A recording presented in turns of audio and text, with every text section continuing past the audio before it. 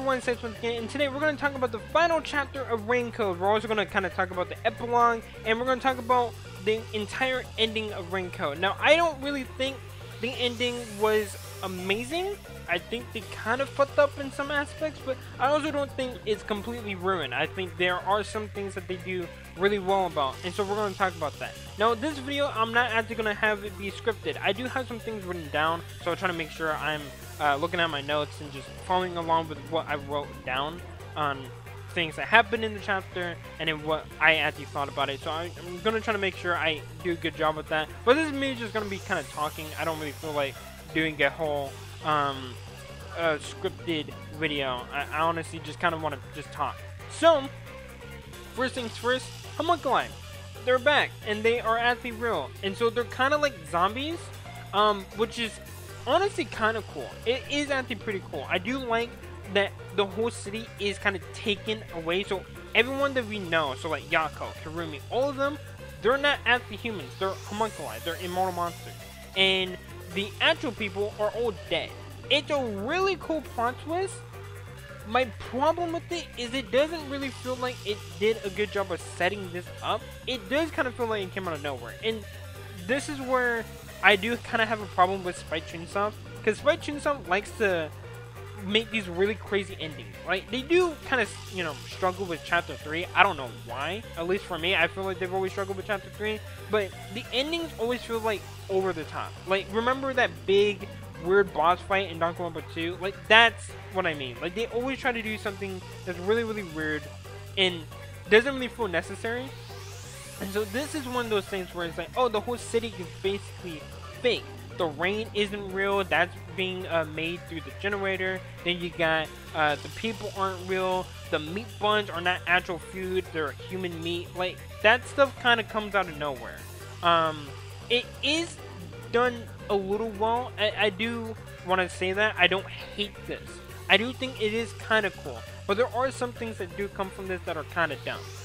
One big thing I don't like that Makoto is a homunculi. And even more, I don't like that he's a homunculi of Yuma. That's really, really dumb to me. I did not like that at all. And I really did kind of like his character. I was starting to like him a lot, but this kind of like moved him down for me a lot, because I didn't like that for the little plot twist with his character, and like, oh, the reveal is it's Yuma. And they don't really do a good job of like giving you signs that maybe, you know, they are the same.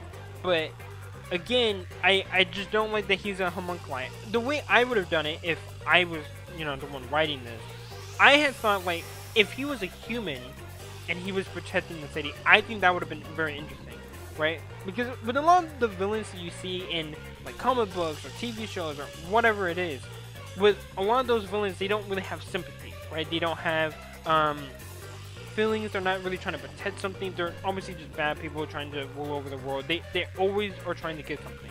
With Makoto though, his whole thing is protecting the city. He cares about the city, and that is something that you see. So it would have been cool that he does do criminal things, or like he steals or he betrays, he kills people so that he can protect the city, right? I would have liked that, where he does have sympathy for the homunculi. He's like, you guys weren't asked to be made, you guys didn't ask for this, but you guys are made. I'm gonna do whatever I can to try to help you guys. So he makes some rain to make sure they don't go crazy, because for some reason when in sunlight they go crazy. I don't know why that would be the case, but okay. And then they take the people that are dead and they use them for meat, or they like kill people and use them for meat so they can keep feeding the homunculi. And that's why the homunculi always like to eat meat buns. That's why they keep asking for meat buns. So that's, you know, that's a really cool way that you do it, where you see him showing sympathy for these homunculi. I think that could have been really, really cool for his character, but they didn't do that. And then Yuma being number one, I also don't like that. I don't like that Yuma was always number one. I would have liked it if he became number one, right? He goes through all this training, he learns from all these other detectives and learns what it means to be a true detective, and then becomes number one. I would have liked to see the growth, rather than he was number one, he then lost his memories, and then he just surpassed his previous self because he had the Book of Death. I don't really like that. Like, it's not terrible, but I don't like that that's kind of what they were trying to do with his character.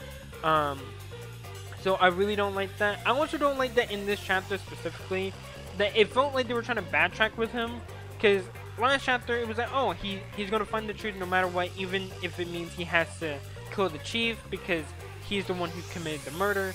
He's still gonna do it because that's what he needs to do. And then they kind of backtrack and they're like, oh no, Yuma's still kind of fighting himself. He's not really all in on being a detective. So then Shinigami has to go help him. Like, I still don't like that. It really does feel like we've done this like so many times already, and that they didn't know what they wanted to do with him. I do like that Shinigami was there to help him though. I really like Shinigami in this chapter. I think this is probably my favorite chapter with her so far. So I really like Shinigami in this. I really like Kurumi, even though Kurumi didn't do much. I did like Kurumi. There's some small moments in there that I think they could have fixed. Right, I would have liked to see Kurumi talking to her best friend that died. I would have liked seeing Yako and Yuma talking a little bit more. Right, I would have liked that. I also would have liked to see the other detectives like Dezuhiko, Hawara. You don't see them; they're not there. They come back in the ending. Like you see them, I think, in the epilogue. They all said their goodbyes to each other. They said their goodbyes to the chief, and then they go back to the headquarters.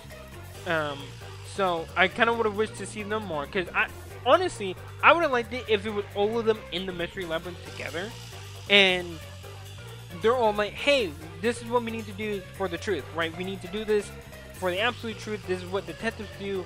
This is what we need to take down this guy and do this, right? And then you have Yuma come in, and Yuma is like, no, we need a perfect solution to bring everyone happiness, right? And this shows like why he's the new #1, where he's come so far that he's actually found like different ways to like solve different cases. That doesn't always have to result in, oh, we need to kill this guy with the Book of Death and whatnot. I would have liked that, but we don't get that. I feel like with some of the characters, they kind of backtracked with them, and they were trying to just go over the top a little bit, and I don't know why they did that. And there's still some good moments, right? There's some good foreshadowing moments, and there's some things that they could have done to bring in other good foreshadowing moments. So with the ramen shop guy and him being actual Yuma Koko Head, and the Yuma that we know having to switch places so he can use the Book of Death, I would have liked it if they like actually showed a little bit more, because we see the ramen shop guy, and then the ramen shop guy is just there, right? And we don't know anything else from that. It's like, I feel like they were trying to be like, oh, here's a hint to him being the real Yuma. It's like, I don't think that's a good enough hint. Okay, he's cooking. I guess maybe that was the connection we were supposed to make, but like, I'm pretty sure you can go and show like all these other characters that know how to cook well. That's really not a good way to show, oh, this is the guy that we need to be wary of because he's the real Yuma. I would have liked it if they had maybe like a name tag, right? And it read Yuma, and it say, oh, he has the same name as you, and it would have been like, oh, that's the real Yuma. This Yuma isn't actually the real Yuma, something like that. But they didn't do that. So it's just small things like that. A lot of nitpicks, I would say, that I had, but like it starts to kind of add up after a while. Like all these little smaller issues kind of add up, and after a while, it just kind of feels like what they were trying to do just doesn't make the absolute sense. And it just feels like some things were missed opportunities. Like Fubuki, I would have liked to see her character arc finish. I know there's the DLC, so maybe it finishes there. Maybe. I don't even know if I'm gonna play the DLC, so maybe if people really want me to, sure. Or if not, then maybe I can just react to it. That's a possibility. But yeah, no, we got some other cool things that did actually happen that I do want to bring up. Some cool things. The action was really, really cool. The final solution that Yuma comes up with, I do really like that. I do like Shinigami in this chapter. I love the goodbyes that they had. It felt really, really sad. I really like these characters, so it was kind of sad to see them all had to go back, and it kind of just ending. So that sucked.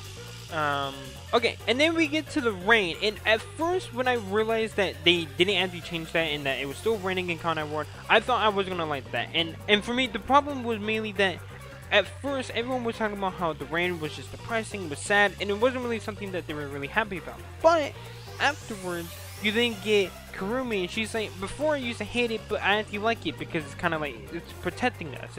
It's what is making us, or allowing us to live in Kwanai Ward, in the place that we all know and love. And I actually like that instead of the actual city changing, it's the perception of the rain and everything that it embodies and how that's different. So I do really like that they did that. I really do like that. Also, we do see Kurumi leaving because she's gonna go after Yuma.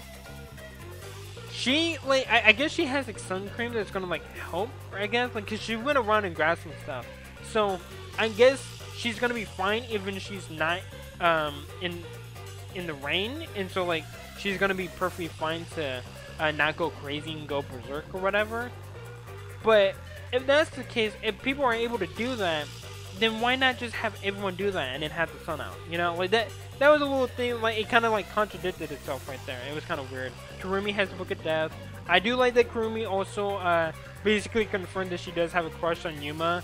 And they kind of make a joke with that where it's like, you had Desuhiko and she's like, you can just say you love him, we already know. And like she starts blushing. I thought that was really, really cute. Yuma has his memories back and everything, so that's kind of cool. And honestly, it was a little weird hearing Yuma's voice when he had his memories back. I don't know why that was different, but it was like Yuma had like a deeper voice, and it caught me off guard.